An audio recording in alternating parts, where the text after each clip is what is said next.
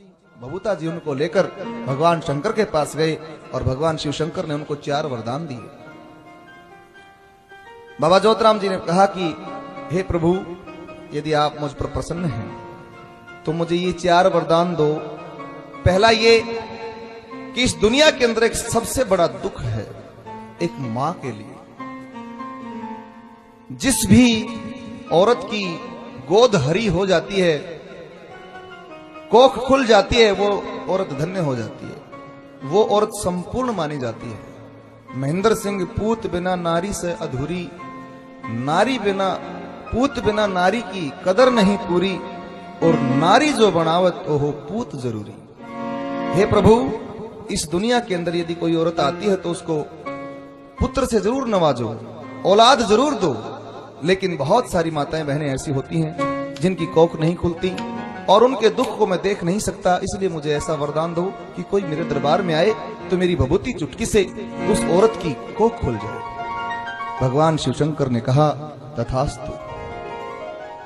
दूसरा वरदान ज्योतिराम जी ने मांगा कि प्रभु, इस दुनिया के अंदर एक और बहुत बड़ा दुख है।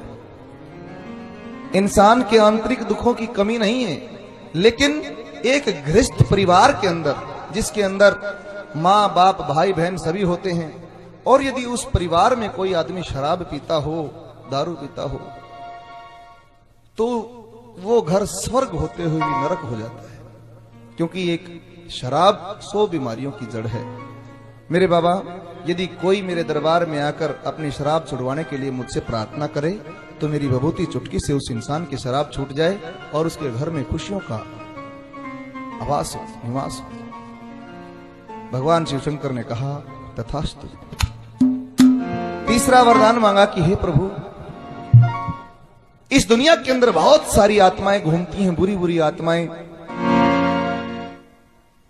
बिना समय के असामयिक मौत यदि किसी की हो जाती है तो वो आत्मा तब तक इस संसार के अंदर विचरण करती रहती है जब तक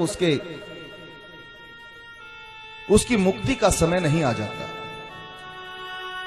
और प्रभु, वो आत्माएं कभी किसी इंसान में, कभी किसी इंसान में घुसकर किसी को परेशान करती हैं, जिसको आजकल हम संकट बोलते हैं। आपने मेहंदीपुर का नाम सुना होगा। मेहंदीपुर में हमारे हनुमान जी बालाजी महाराज का परम पवित्र धाम है, जहां पर इस चीज की बड़ी विख्याता है कि संकट कटते हैं। वहां पर लोगों के अंदर भूत प्रेत बहुत बोलते हैं। ज्योतिराम जी कहने लगे कि प्रभु, यदि मेरे कोई दरबार में आए संकट का सताया हुआ तो मेरी भभूति से उस आदमी का संकट कटे, ऐसा मुझे वरदान दो। भगवान शिव शंकर ने कहा तथास्तु।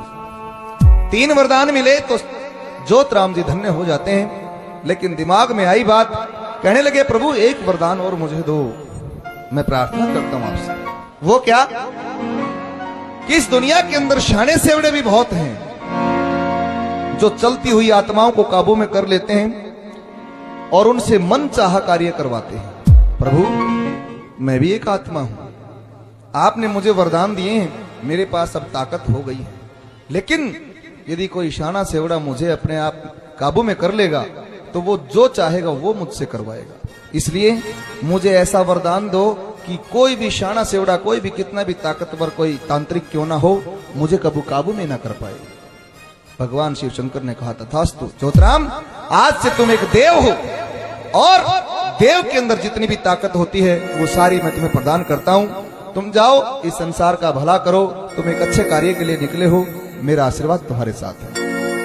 सजनों, ज्योतिराम जी बड़े ही नेक दिल इंसान थे और आज वो एक नेक दिल देव हैं। जो भी इंसान छोटी सी भी अरदास बाबा के चरणों में एक आंसू के साथ लगाता है, बाबा के दरबार में किसी पैसे की जरूरत नहीं, धन दौलत की जरूरत नहीं, किसी भी चीज की आवश्यकता नहीं, आपका एक आंसू काफी है।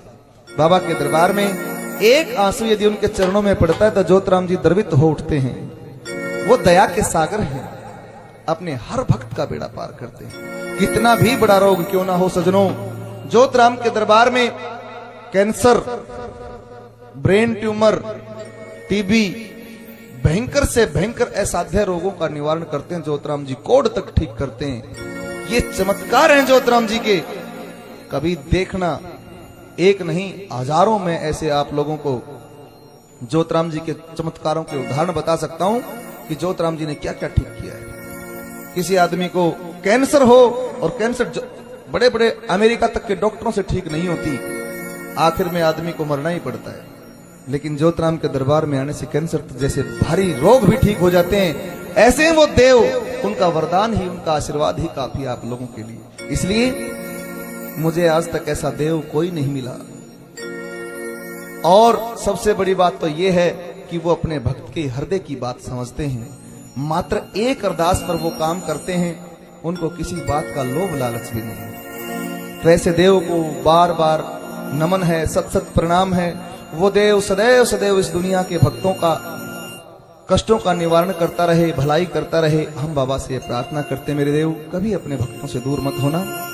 और ज्योतराम जी का परम पवित्र धाम बना भणिन में, जहां पर भक्त राज